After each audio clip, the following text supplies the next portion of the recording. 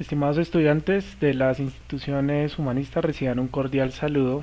En este video vamos a tratar ciertos temas relacionados con su guía de química, el átomo.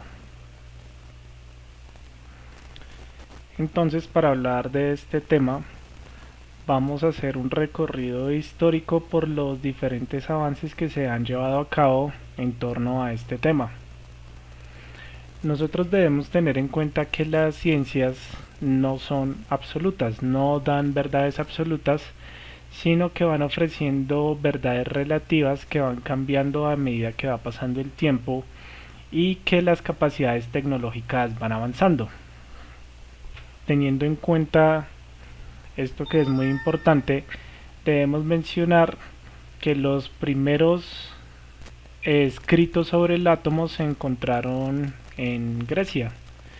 Fue Demócrito quien habló del átomo y lo designó como una unidad fundamental de toda la materia. Y esta unidad fundamental de toda la materia no es, no es divisible.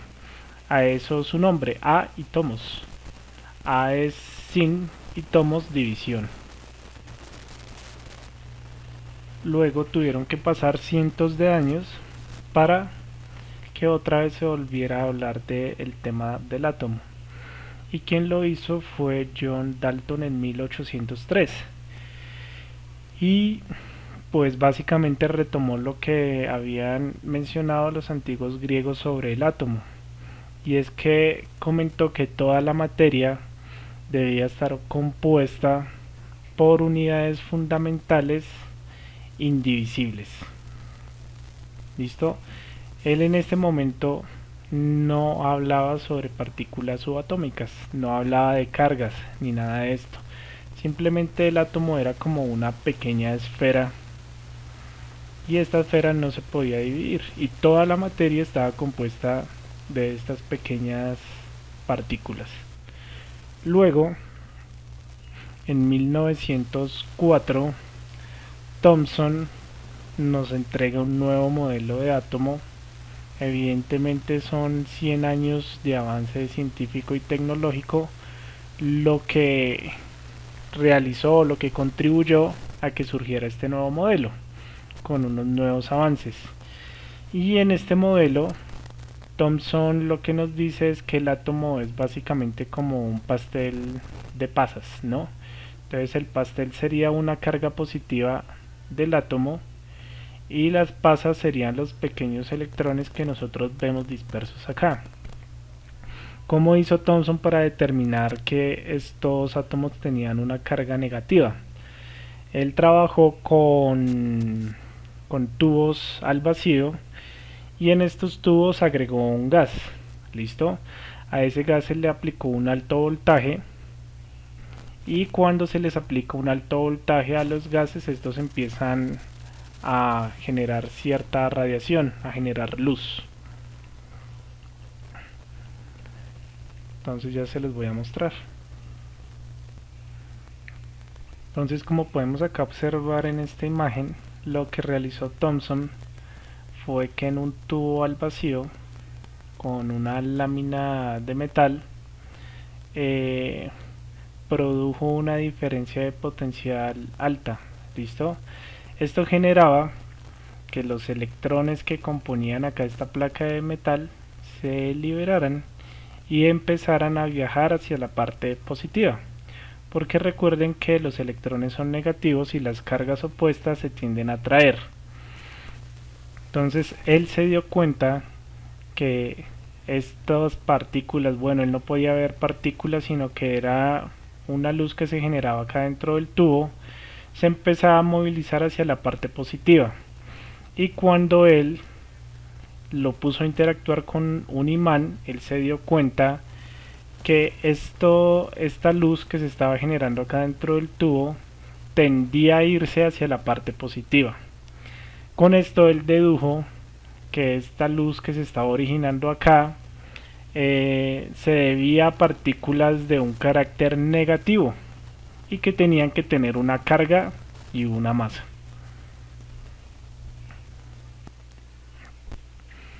Posteriormente, en 1911, Rutherford realizó también una serie de experimentos que nos llevaron a cambiar este modelo descrito por Thomson, donde el átomo era como el pastel de pasas, donde el pastel era positivo y los electrones las pasas con carga negativa.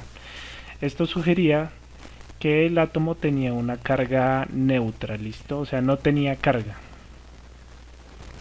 Rutherford, con su experimento, que fue básicamente, bueno, cualquiera de estos de acá, él lo que hizo fue bombardear una placa de oro con rayos alfa. Esa fuente de partículas alfa son partículas cargadas de manera positiva. Según lo que nos decía Thomson, que el átomo simplemente era de esta forma, neutro, si nosotros le pasamos partículas cargadas de forma positiva, estas tendrían que pasar derecho, sin sufrir ninguna desviación. En el experimento de Thomson, él se dio cuenta que muchas de estas partículas sí sufrían una desviación, y una desviación bastante considerable, y de hecho que algunas se devolvían. En este punto fue cuando Thomson se dio cuenta de que debía tener ese átomo una serie de partículas de tipo positivo, y que esas partículas de carácter positivo se encontraban en el núcleo de ese átomo, núcleo que ocupa la mayor parte del átomo, que es este que estamos viendo acá. Bohr, en este caso con su modelo, lo que planteó fue un poco diferente a lo de Rutherford. ¿Por qué?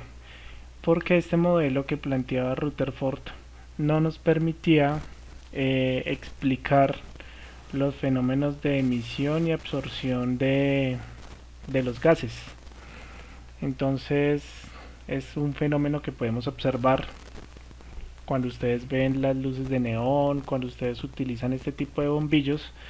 Cuando un gas se excita por medio de un alto voltaje, este empieza a emitir luz. Eso lo explicó Niels Bohr en este modelo, que es el modelo del sistema solar, que es el que básicamente todos conocemos, donde en el centro del átomo se encuentra la parte más grande, por decirlo de alguna manera, del átomo, y allí se encuentran los protones y los neutrones. ¿Listo? Protones de carga positiva y neutrones sin carga. Y alrededor, girando como en un pequeño sistema solar, se encuentran los electrones de carga negativa. Bohr nos decía que si estos electrones permanecían en una órbita estable, no tenían que emitir ni absorber energía, mientras que cuando se mueven de un lado al otro pueden emitir o absorber energía. ¿Listo? Esto fue lo que propuso Niels Bohr. Y el modelo de Schrödinger de la mecánica del modelo cuántico, lo que nos dice es que en el centro pues está el núcleo del átomo, y los electrones pueden estar en cualquier parte de esta zona que tenemos acá. O sea, hay una posibilidad de que los electrones estén aquí en esta zona. Ahora, ya sabiendo qué son los átomos, nosotros podemos decir que pues prácticamente todo, casi todo lo conocido en el universo está compuesto por átomos. ¿Listo? Ya sea una silla, ya sea una butaca, un esfero, lo que sea, todo está compuesto de átomos, pero su estructura varía dependiendo del tipo de átomo que lo componga. Entonces acá, por ejemplo, nosotros tenemos la tabla periódica de los elementos, y acá nosotros podemos ver que esta está organizada de una manera particular. Nosotros podríamos, por ejemplo, ver, o podríamos acá utilizando la tabla periódica, que el agua está compuesta por H, que es hidrógeno, y 2 moléculas de oxígeno, y esto le da ciertas características específicas al agua. Y por ejemplo, el cloruro de sodio o la sal se compone de Na, sodio, y Cl, que es cloro. Y estos dos elementos particulares le dan ciertas características a la sal que no tiene ningún otro material. Esta organización de la tabla periódica se realizó de acuerdo al número de protones que tiene cada uno de los átomos de este elemento. Entonces nosotros podríamos decir que si nosotros, por ejemplo, pudiéramos tener acá un vaso de hidrógeno, mejor dicho, toda la masa que está componiendo este hidrógeno está compuesto de átomos que contienen un protón. Entonces esta tabla está organizada por el número atómico, que es este numerito que tenemos acá arriba, que me indica el número de protones que tiene ese átomo, y asimismo si el elemento tiene un protón debe tener un electrón y debería tener un neutrón. Esto pasa en todos excepto en el hidrógeno, que no tiene el neutrón, es simplemente un protón y un electrón. Entonces en este caso el átomo de helio debe tener 2 electrones, 2 protones, 2 neutrones. El de litio debería tener 3 protones, 3 neutrones, 3 electrones. El cobre debería tener 29 protones, 29 neutrones y 29 electrones, y así sucesivamente. Refiriéndonos acá a la tabla periódica, hay algo muy importante que deben tener en cuenta para desarrollar sus ejercicios. Acá dentro de la guía pues tienen bastante material de apoyo. Listo. Acá están las preguntas de modelos atómicos, esto ya lo expliqué, y de acuerdo a esta imagen ustedes también pueden responder estas preguntas.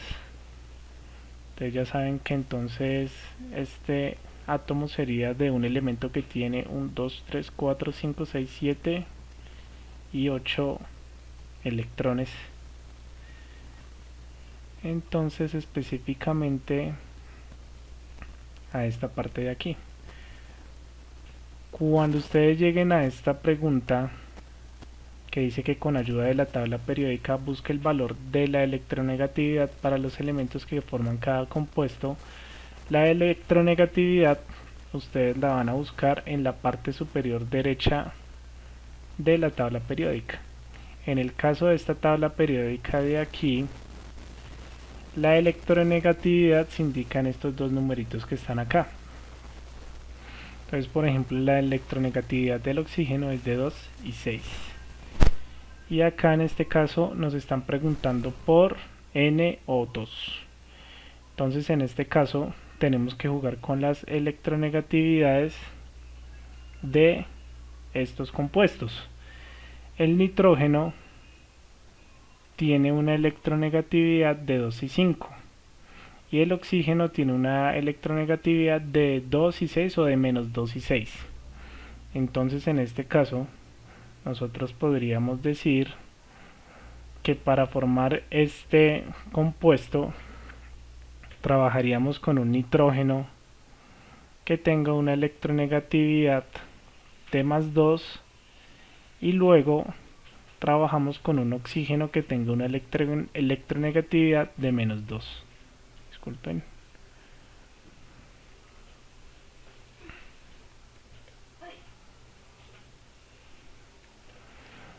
Y así de esta manera nosotros tenemos que más 2 y menos 2 me va a dar 0. Los compuestos que están acá siempre deben dar 0 en los valores de electronegatividad. Y la electronegatividad siempre se va a ubicar en la parte superior derecha de los elementos con los que estén trabajando en sus diferentes compuestos.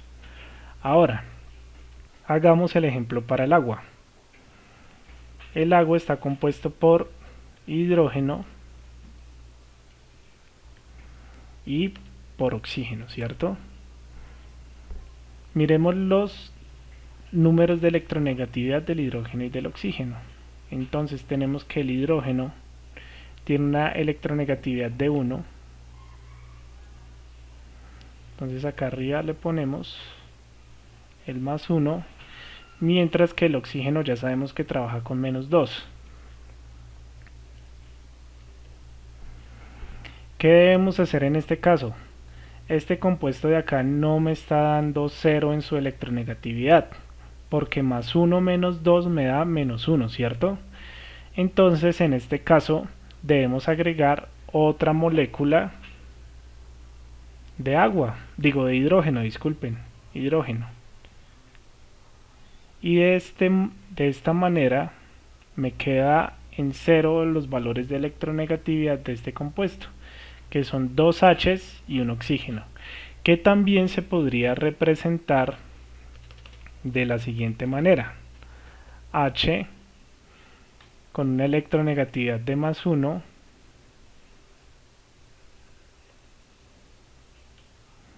pero acá en la parte inferior de la derecha le voy a poner un 2. Esto me está indicando que son 2 moléculas de hidrógeno. ¿Listo? Y luego ponemos el oxígeno. Y el oxígeno trabaja con menos 2. Y entonces en este caso, 2 moléculas de hidrógeno que valen 1, o sea, 2 por 1 me da 2, menos 2 me da 0. Por eso el agua es H2O. Tienen que tener muy en cuenta esto para trabajar con estos compuestos y posiblemente con estos de aquí abajo y con todos con los que les mencionen acá en las guías. No se vayan a enredar con eso. Pero antes de ello vamos a realizar otro ejemplo, como por ejemplo el ácido sulfúrico, que es hidrógeno, azufre y oxígeno.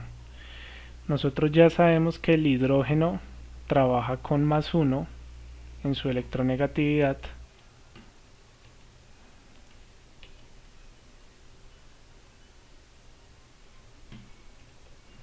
y sabemos que el oxígeno trabaja con menos 2.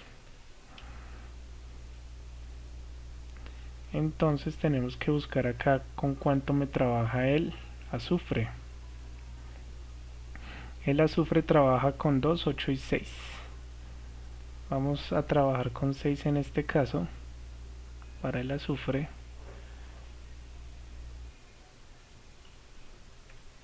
Más 6. Entonces en este caso tenemos más 6 y 1, 7, menos 2, tengo 5. No me da 0 todavía esta molécula. Tenemos que ir agregando moléculas de oxígeno y de hidrógeno para que me dé 0 este compuesto. En este caso podemos trabajar con 2 de hidrógeno y en el oxígeno ponemos 4 moléculas. De esta forma 4 por menos 2 me da menos 8 y 6 más 2 por 1 que es 2 me da 8 y 8 menos 8 me da 0. ¿Listo?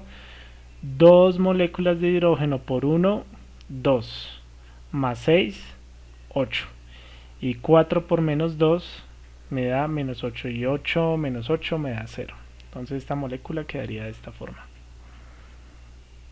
Listo, vamos a seguir con el siguiente tema que se va a trabajar en la guía, que es configuración electrónica. La configuración electrónica, cuando se les solicite dentro de los ejercicios que están en la guía, lo que deben ustedes realizar, yo tenía por acá un ejemplo, así es por ejemplo lo siguiente: si ustedes les piden que realicen la configuración electrónica del sodio, tienen que tener en cuenta que la configuración electrónica está compuesta de niveles y subniveles. Deben tener en cuenta que en los subniveles S pueden haber un total de 12 electrones, en los P un total de 6, en los D un total de 10 y en los F un total de 14. Siempre que vayan a hacer una configuración electrónica, trabajen guiándose por el orden como van acá las flechas. ¿Listo? No se vayan a saltar las flechas. En este caso nos piden que realicemos la configuración electrónica del sodio. Buscamos el sodio en nuestra tabla periódica y encontramos que su número de protones es 11 o su número atómico es 11. Eso quiere decir que debe tener 11 electrones. Lo que nosotros vamos a hacer es empezar a llenar estos niveles de acá hasta que nos dé 11 y miramos qué nos da. ¿Listo? Entonces primero en el nivel 1S me caben 2 electrones, ya van 2 de 11. Luego del 1S paso al 2S que también caben 2 electrones, ingreso ahí esos dos, o sea van 4 de 11. Luego paso al nivel P y aquí caben 6 electrones, entonces ya llevamos, acá ingresamos esos 6 electrones, ya van 10 de 11. Y luego pasamos al nivel S, donde ingreso el último electrón para que me sumen los 11 en total. Los 11 serían los numeritos que tenemos acá arriba: 2, 4 y 6, 10 más 1, 11. Esta de acá sería la configuración electrónica del sodio. Y listo, muchachos, no es nada más. Espero que estén muy bien. Hasta luego.